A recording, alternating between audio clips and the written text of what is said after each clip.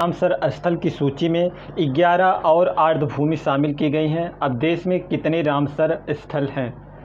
तो देश में साथियों कितने रामसर स्थल हो गए हैं? जो 11 अभी 13 अगस्त को जो है 13 अगस्त को कुछ जो है 11 रामसर साइट को और जोड़ा गया है। 13 अगस्त को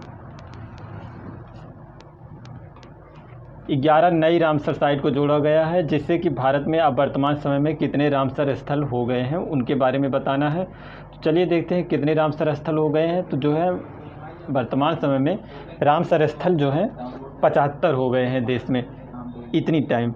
और अगर हम बात करें सर, ये रामसर साइट होती क्या है? रामसर साइट, ये रामसर साइट जो है साथियों एक तरह से ये एक कन्वेंशन है।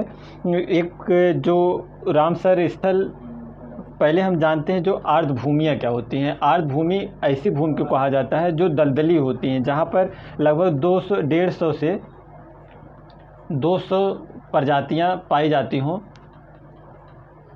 150 से 200 तक की प्रजातियां पाई जाती हों। और ऐसी भूमि जहां पर जल और स्थल का मिलन होता है, उसे जैसे तालाब हुए, तालाब, झील इत्यादि प्रकार के जो स्थल होते हैं जहां पर 150 से 200 तक की प्रजातियां पाई जाती हों और लगभग 8 महीने तक उसमें पानी रहता हो, उससे कम ना रहता हो, यानी अगर सूख जाएगा पूरी तरह से तो वो वहाँ पर जीव जंतु रहने लायक नहीं रहेगा। तो एक बार ऐसा हुआ था 1971 में। 1971 में ईरान है एक देश, ईरान के रामसर नामक शहर में, रामसर शहर में सभी देशों के मिलकर के एक बैठक किया।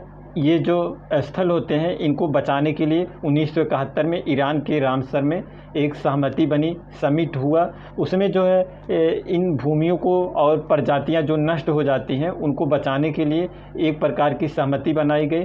तो उसी सहमति जो बनी, समिट जो हुआ, उसी को हम लोग रामसर साइट के रूप में जानते हैं। तो रामसर साइट में जो है भारत की 75 भूमियाँ जो हैं चुन ली गई हैं। भारत ने रामसर साइट पर साथियों कब हस्ताक्षर किया था? तो भारत जो है 1982 में, भारत 1982 में रामसर साइट पर हस्ताक्षर करता है। उसके बाद से भारत में इस प्रकार की जो भूमियां हैं उनका चुनाव जो होता है शुरू हुआ था। और इस प्रकार से हम इसके बारे में देखते हैं कितनी भूमियां जो हैं उनको एक बार देख लेते हैं। तो जो भारत में भूमियां चुनी गई हैं उनमें जो है सबसे पहले जो चुना गया था आपका चिल्का झील चुनी गई थी, जो कि उड़ीसा में है, जो 1981 में चुनी गई थी। 1981 में जो है साथियों 2 भूमियों को चुना गया था। पहला जो है चिल्का झील और दूसरा आपका केवलादेव राष्ट्रीय उद्यान, जो कि राजस्थान में पड़ता है। यह भी 1981 में चुना गया था। और लोकटक झील की बात करें और वुलर झील, लोकटक, वुलर और हरिके झील, ये जो है लोकटक जो है आपका मणिपुर में है, वुलर झील जो है आपका जम्मू कश्मीर में और हरिके झील जो है आपका पंजाब में। ये तीनों जो है 1990 में चुनी जाती हैं। इस प्रकार से आप सभी लोग सभी को देख सकते हैं, स्क्रीनशॉट ले लीजिएगा, हम पढ़कर क्या सुनाएं। हम देखते हैं जो इस बार चुनी गई हैं, यानी 13 अगस्त को जो चुनी गई हैं उनके बारे में हम देखते हैं। इसे मिटा देते हैं।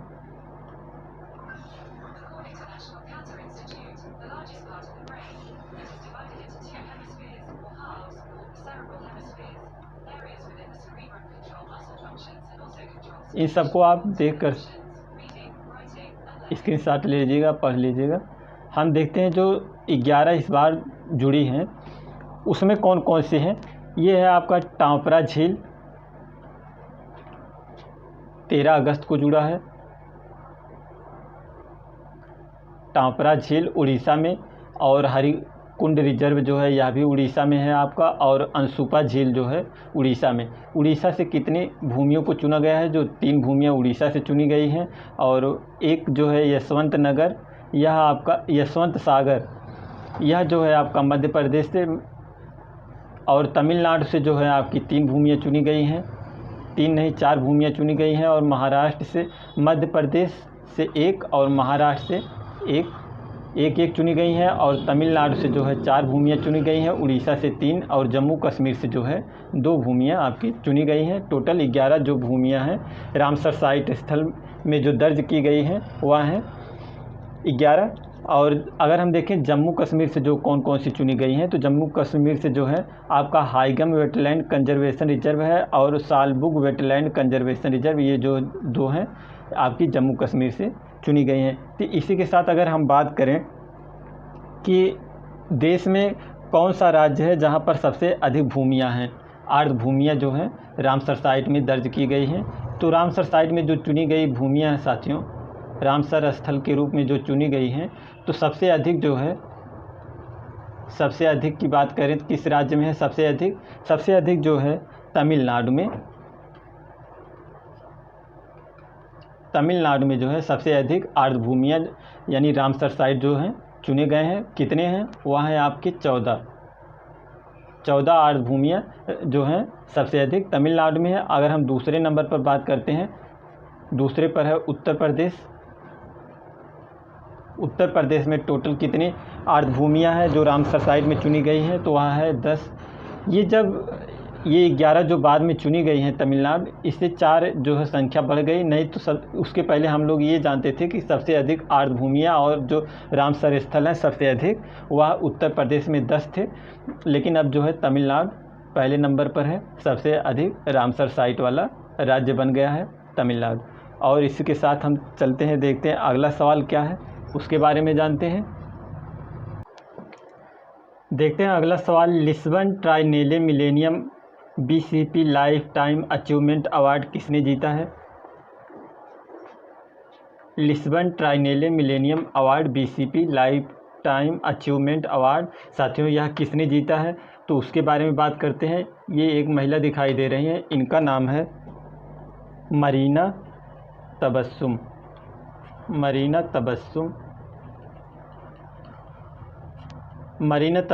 जो है इन्होंने Lisbon Triennale Millennium BCP lifetime achievement award जीता है, जो कि कहाँ की रहने वाली है? यह है साथियों बांग्लादेश की रहने वाली, बांग्लादेश की, और जो है यह पहली बार ऐसा करने वाली पहली महिला है, जो पहली दक्षिण एशियाई महिला है।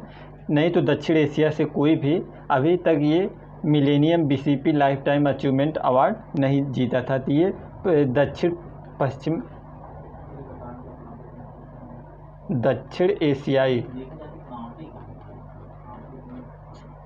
दक्षिण एशियाई की पहली ऐसी महिला है जिन्होंने यह अवार्ड जीतने में सफल हुई है। यह एक प्रकार से एक टीचर है और जो है आर्किटेक्चर यानी जो डिज़ाइन वगैरह बनाने का भी कार्य करती हैं, इसलिए इनको इसमें ट्राइनेले मिलेनियम का अवार्ड जो है इन्होंने जीता है। और हम आगे बढ़ते हैं, देखते हैं अगले सवाल को। देखते हैं प्रतिवर्ष विश्व अंगदान दिवस कब मनाया जाता है?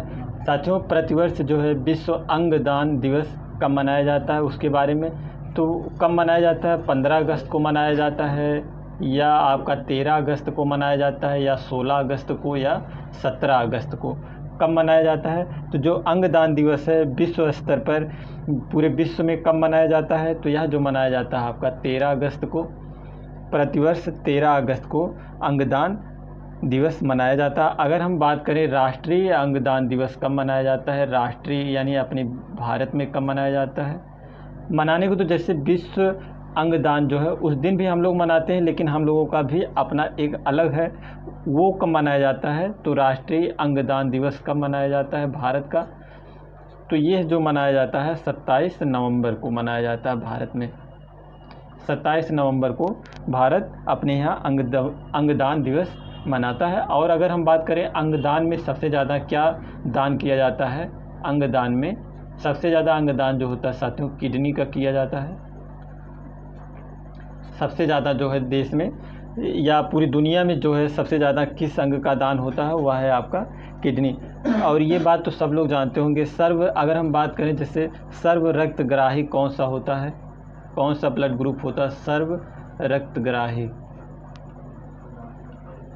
और सर्व रक्तदाता कौन होता है? सर्व रक्तदाता कौन होता है?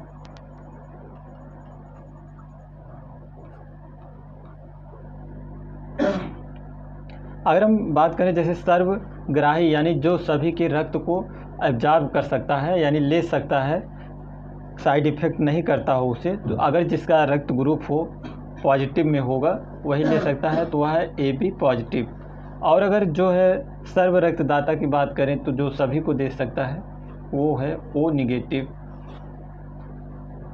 और इसी के साथ हम बढ़ते हैं अगले सवाल पर, देखते हैं क्या है अगला सवाल। सवाल है दोस्तों, 16 अगस्त 2022 को शुरू हुआ डूरंड कप जो है, शुरू हुआ डूरंड कप का 131वां सत्र किन राज्यों में नहीं होगा। यहाँ पर ध्यान दीजिएगा, किन राज्यों में नहीं होगा यानी एक से अधिक राज्यों में होगा, इनमें से कोई एक राज्य है जिसमें वह नहीं आयोजित किया जाएगा, तो वह कौन सा राज्य है। तो हम अगर बात करें डूरंड कप जो है साथियों, यह किस खेल से संबंधित है, पहले इसको जानते हैं डूरंड कप के बारे में। डूरंड कप जो है यह आपका संबंधित है फुटबॉल से संबंधित है, और इसका जो आयोजन होगा इस बार वह होगा आपका पश्चिम बंगाल और मणिपुर और असम में। तो जो है 16 अगस्त 2022 को शुरू हुआ डूरंड कप का जो 31वां सत्र है वह किस राज्य में नहीं होगा, तो वह है आपका हिमाचल प्रदेश। इस प्रश्न के अनुसार जो आपका सही आंसर होगा वह हिमाचल प्रदेश। लेकिन जो है डूरंड कप का जो आयोजन होगा वह किन किन राज्यों में होगा, तो वह होगा आपका पश्चिम बंगाल, मणिपुर और असम, इन 3 राज्यों में इसका आयोजन इस बार किया जाएगा। अगर हम बात करें एशिया का सबसे पुराना जो खेल है जो वह कौन सा है, यही आपका जो है डूरंड कप, यानी जो एशिया में सबसे पहले से डूरंड कप जो है एशिया का सबसे पुराना जो कप के स्तर पर यानी जो बड़े स्तर पर आयोजन होता है खेलों का, उनमें से सबसे पुराना ये डूरंड कप खेल है। और पहली बार अगर हम बात करें कब हुआ था भारत में भी यह बहुत पुराना है। भारत में यह हुआ था 1888 से प्रारंभ हुआ था डूरंड कप, जिसमें कितनी टीमें हिस्सा ली थी, जिसमें 20 टीमों ने हिस्सा लिया था इस डूरंड कप में।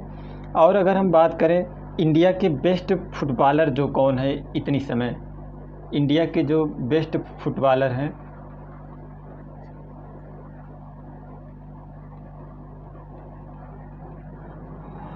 फुटबॉलर किसे चुना गया है इंडिया का जो बेस्ट फुटबॉलर हैं, तो वह है पुरुष वर्ग में सुनील छेत्री,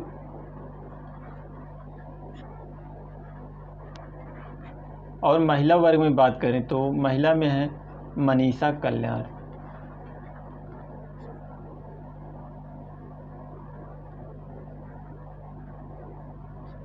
महिला वर्ग में मनीषा कल्याण है और पुरुष वर्ग में जो है सुनील छेत्री, जो कि 7वीं बार यह लगातार बेस्ट फुटबॉलर जो हैं चुने गए हैं। और अभी आज ही के डेट में जो हमने सुबह एक क्लास ली थी उसमें बताया था जो है ये कौन सा था, उसका हम लिंक जो है इसे डिस्क्रिप्शन में डाल देंगे, आप लोग वहाँ से वीडियो देख लीजिएगा। यानी जो फीफा है, फीफा ने जो है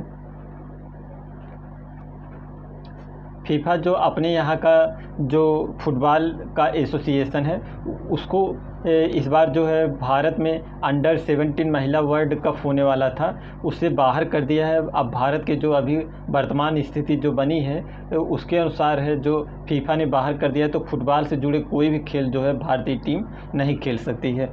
और अगर हम एक बात और करें, संतोष ट्रॉफी जो होता है, यह संतोष ट्रॉफी वाला जो होता है यह किस खेल से संबंधित है, तो संतोष ट्रॉफी भी जो है यह फुटबॉल से ही संबंधित है। संतोष ट्रॉफी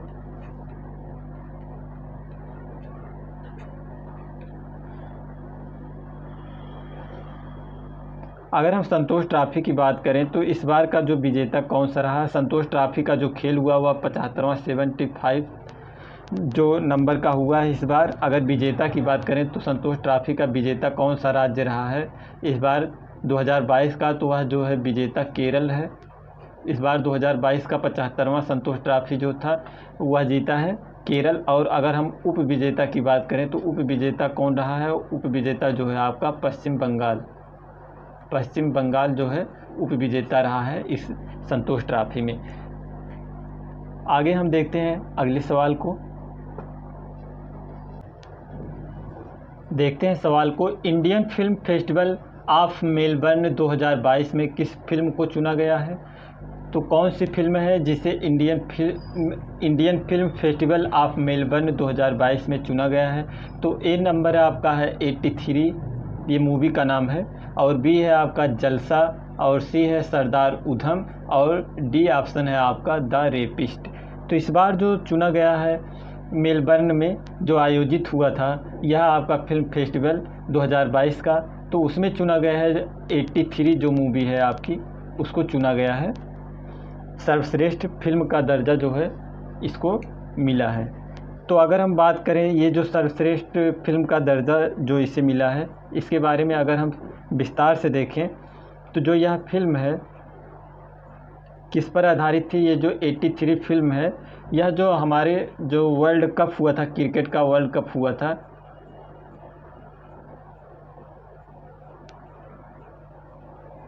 कब हुआ था? 1983 में। तो इसी से जो है ये 83 लेकर के उसी पे मूवी बनाई गई है। और जो यह वर्ल्ड कप भारत 1983 में क्रिकेट का वर्ल्ड कप जो हुआ था 1983 में, भारत इसमें जो है विजेता रहा था। उस समय जो कप्तान हमारे कौन थे? कपिल देव। कपिल देव उन दिनों कप्तान हुआ करते थे। तो इन्हीं पे आधारित जो यह है मूवी, इन्हीं पर आधारित है कपिल देव पे। और जो सबसे बेस्ट एक्टर का अवार्ड मिला है, यानी जो अभिनेता का सबसे अभिनेता जो बेस्ट चुने गए हैं, तो इसी मूवी के जो अभिनेता हैं जो कपिल देव का किरदार निभाए हैं उनका नाम है रणवीर सिंह। रणवीर कपूर नहीं, रणवीर सिंह। दो हीरो हैं, एक रणवीर कपूर है और एक रणवीर सिंह है। तो इसमें जो चुना गया है बेस्ट एक्टर का अवार्ड जो है रणवीर सिंह को मिला है। और अभिनेत्री की बात करें, कौन सी अभिनेत्री जो चुनी गई हैं ये मेलबर्न में जो इंडियन फिल्म फेस्टिवल हुआ है, तो अभिनेत्री में अगर हम बात करें तो अभिनेत्री में जो चुनी गई हैं साथियों, उनका नाम है शेफाली शाह। शेफाली शाह को चुना गया है, बेस्ट अभिनेत्री का अवार्ड उनको मिला है। किस मूवी के लिए मिला है इनको? जो मिला है यह अवार्ड जलसा जो मूवी है उसके लिए बेस्ट अभिनेत्री का अवार्ड मिला है इनको। अगर हम बात करें आगे कि नेशनल फिल्म अवार्ड जो था वह किसको मिला था और ऑस्कर किसे मिला था, और कांस फिल्म फेस्टिवल जो हुआ था उसके बारे में भी कुछ चर्चा कर लेते हैं। तो चलिए देखते हैं आगे। हम यहाँ देखते हैं साथियों, हम सर्वश्रेष्ठ फिल्म अभिनेता जो थे यानी बेस्ट एक्टर का अवार्ड जो है नेशनल फिल्म अवार्ड के बारे में बात कर रहे हैं हम। तो इसमें सर्वश्रेष्ठ अभिनेता का जो अवार्ड मिला था वह किसको मिला था? वह मिला था अजय देवगन को, और एक हीरो है साउथ के, उनका नाम है सूर्या। इन दोनों लोगों को नेशनल फिल्म अवार्ड जो है इस बार का बेस्ट एक्टर का अवार्ड मिला है, अजय देवगन और सूर्या को। और अगर हम ऑस्कर अवार्ड के बारे में बात करें तो जो ऑस्कर अवार्ड है इसमें सबसे जो बेस्ट फिल्म चुनी गई थी उस फिल्म का नाम है कोडा। इस फिल्म को बेस्ट फिल्म का अवार्ड मिला है। और जो यह ऑस्कर अवार्ड इस बार का था यह 94 नंबर का ऑस्कर अवार्ड था। और अगर हम इसमें ऑस्कर में बात करें सबसे बेस्ट एक्टर का अवार्ड किसको मिला था? बिल स्मिथ को, उनका नाम था बिल स्मिथ। ये जो ऑस्कर अवार्ड होता है यानी पूरी दुनिया में सबसे बेस्ट एक्टर को जो चुना जाता है ऑस्कर अवार्ड उसे मिलता है। ऑस्कर अवार्ड सबसे बड़ा अवार्ड भी होता है, ये जो फिल्मी जगत के होते हैं कलाकारों के लिए सबसे बड़ा अवार्ड जो होता है ऑस्कर अवार्ड होता है। और बिल स्मिथ के बारे में सभी लोग जानते होंगे, जब यह अवार्ड मिल रहा था तो बिल स्मिथ जो थे उनकी पत्नी को कोई कुछ कह दिया था। एक जो एंकर वहाँ पर हुआ करता था तो उस एंकर को बिल स्मिथ ने उसी स्टेज पर ही एक चाटा मार दिया था। तो सभी को याद होगा उस समय की जो घटना थी। तो अगर हम पूछें कि यह जो है कहाँ पर मिलता है यानी इसका आयोजन कहाँ पर किया जाता है ऑस्कर अवार्ड का, तो यह होता है यूएसए में जो एक स्थान है लॉस एंजिल्स में होता है। इसका आयोजन जो है यूएसए के लॉस एंजिल्स में होता है। और हम बात कर लेते हैं कांस फिल्म फेस्टिवल अवार्ड जो होता है, इसमें ज्यूरी एक बनाया जाता है यानी सदस्यों की टीम का जो मुखिया होता है ज्यूरी। तो वह जो इस बार की ज्यूरी थी कौन थी? तो भारत से चुनी गई थी, उनका नाम है दीपिका पादुकोण।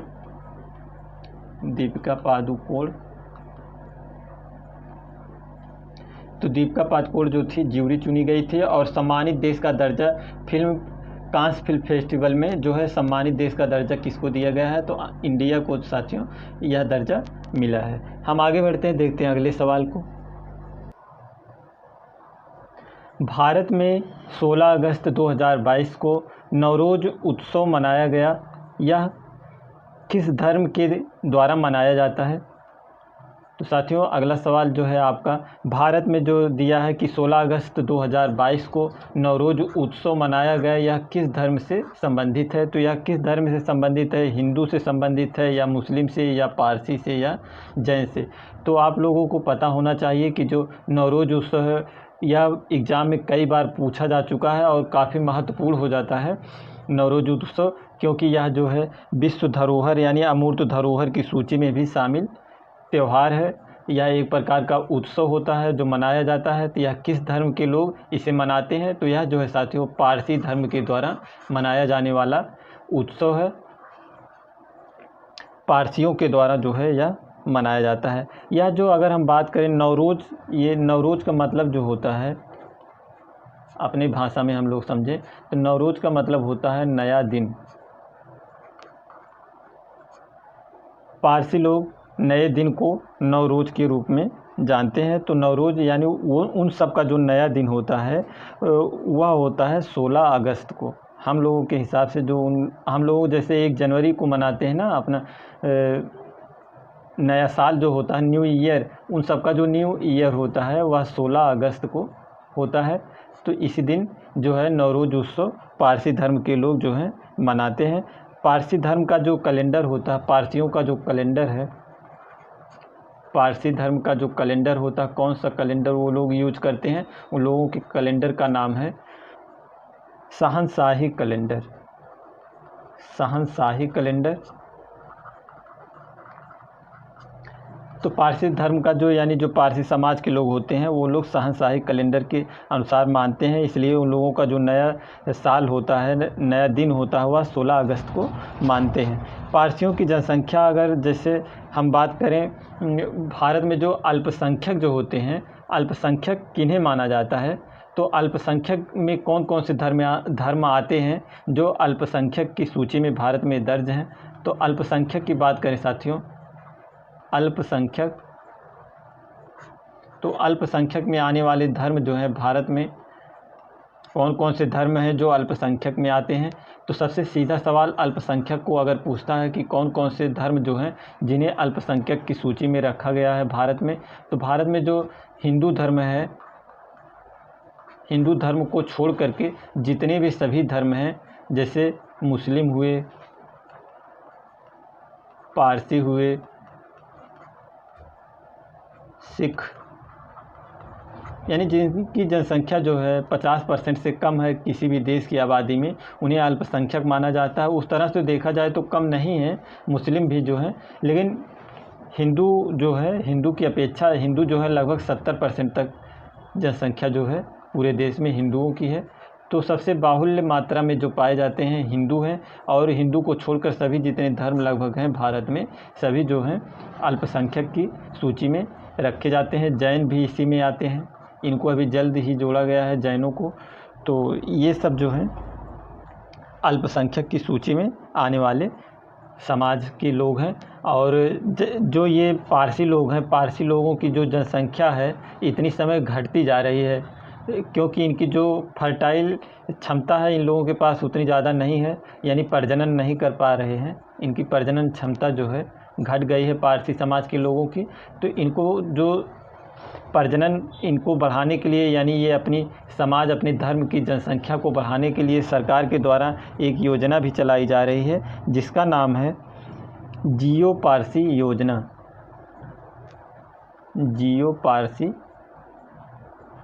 योजना, इसे भी ध्यान दीजिएगा। जियो पारसी योजना अगर पूछ लेता है कि जियो पारसी योजना किससे संबंधित है, तो यह जो है पारसी समाज के लोगों को प्रजनन करने के लिए सरकार इन्हें कुछ चीज़ें मुहैया कराती है जिससे कि ये लोग अपनी प्रजनन क्षमता को बढ़ा सकें और अपनी जनसंख्या को धीरे धीरे इंक्रीज करके थोड़ा एक लेवल में ला सकें।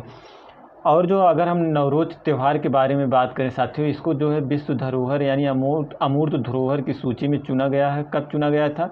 जो ये नवरोज त्यौहार है नवरोज उत्सव जो मनाया जाता है, इसको विश्व अमूर्त धरोहर में चुना गया है 2009 में। 2009 में इसे है अमूर्त धरोहर के रूप में दर्जा दिया गया है।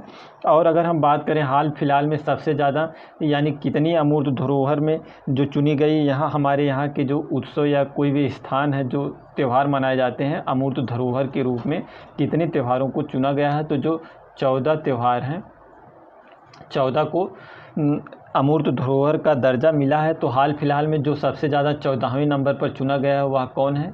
वह है दुर्गा पूजा को।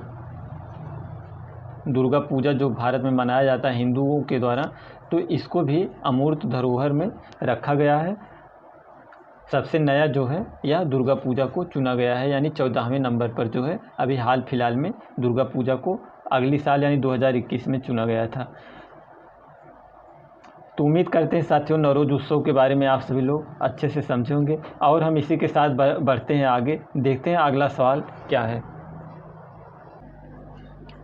सवाल है साथियों, हाल ही में किसने सतत विकास लक्ष्यों यानी SDG यानी सस्टेनेबल डेवलपमेंट गोल से संबंधित मंथन मंच का शुभारंभ किया है?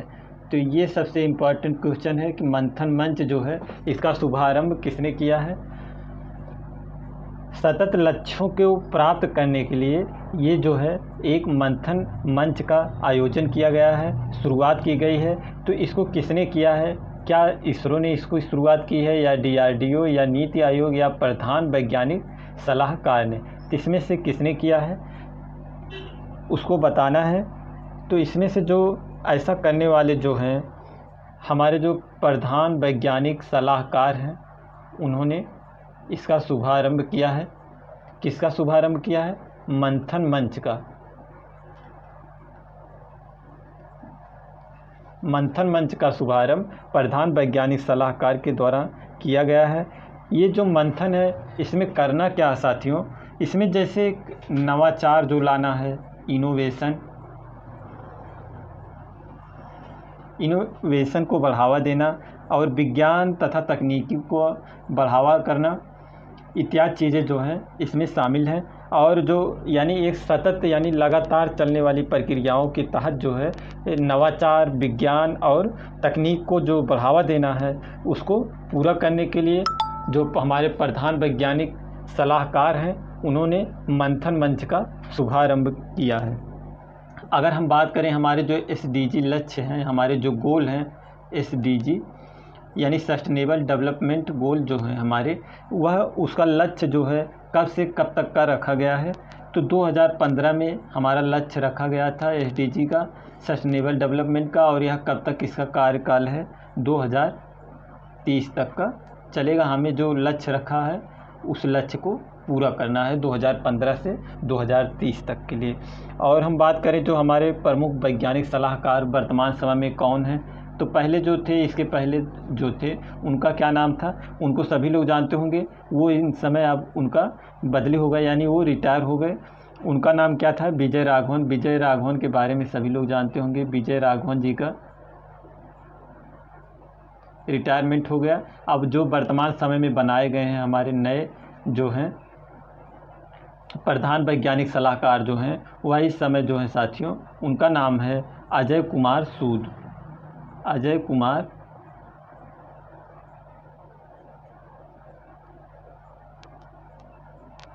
कुमार सूद जो हैं देश के प्रधान वैज्ञानिक सलाहकार हैं वर्तमान समय में।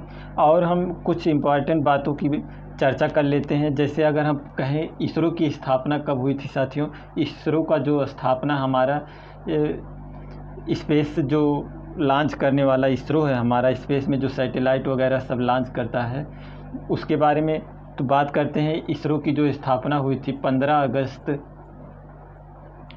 1969 में, 15 अगस्त 1969 को इसरो की स्थापना हुई थी। और अगर हम DRDO की बात करें, DRDO 1 जनवरी 1952 में स्थापित किया गया था। और नीति आयोग जो है यह कब किया गया था? 1 जनवरी 2015 2015 को। और जो ये वैज्ञानिकों से जुड़ा हुआ हमारा विभाग है, इसे हम CSIR के नाम से जानते हैं। पेन क्यों नहीं चल रहा है? CSIR, सॉरी रुक जाइए।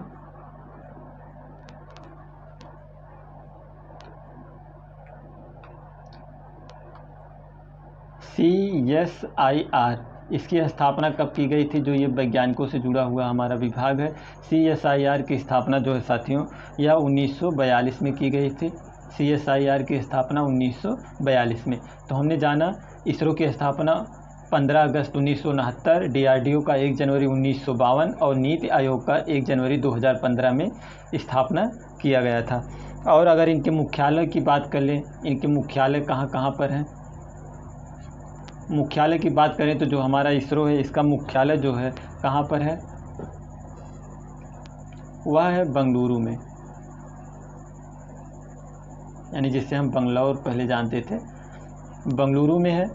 और DRDO का जो मुख्यालय है यह है आपका दिल्ली में, और इसका भी मुख्यालय, नीति आयोग का भी मुख्यालय जो है दिल्ली में ही है, और CSIR का भी दिल्ली में है।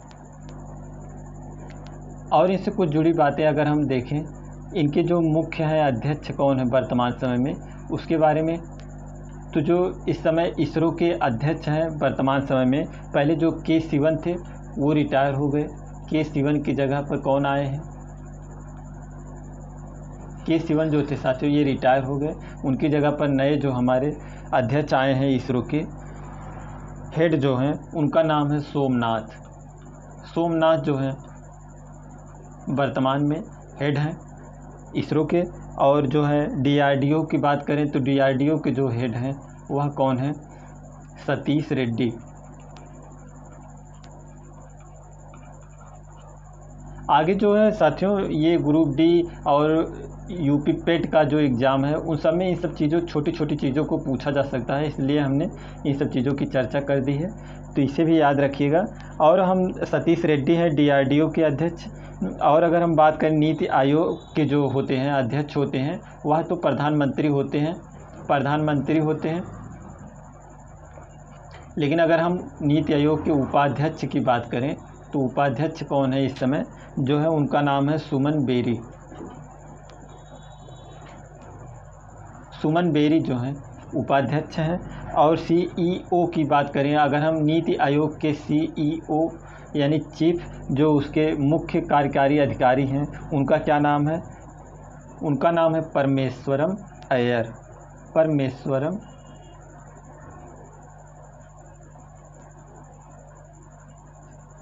तो वर्तमान समय में जो नीति आयोग के CEO हैं वह है परमेश्वरम अय्यर। और अगर हम बात करें इसकी CSIR की, तो इसकी जो एक महिला जो बनी है, पहली बार महिला महानिदेशक इसमें बनी है, तो होते तो इसके भी जो कार्यकारी मुख्य अधिकारी होते हैं वह भी प्रधानमंत्री के पास ही होता है। जो हमारे PM होते हैं वही होते हैं CSIR के मुख्य। लेकिन आप लोग बताइएगा पहली महिला निदेशक इसकी कौन बनी है, उनके बारे में हमें बताइएगा SMS करके, यानी कमेंट बॉक्स में लिखकर बताइएगा। इससे हम छोड़ देते हैं और आगे बढ़ते हैं, देखते हैं अगला सवाल आपका क्या है उसके बारे में।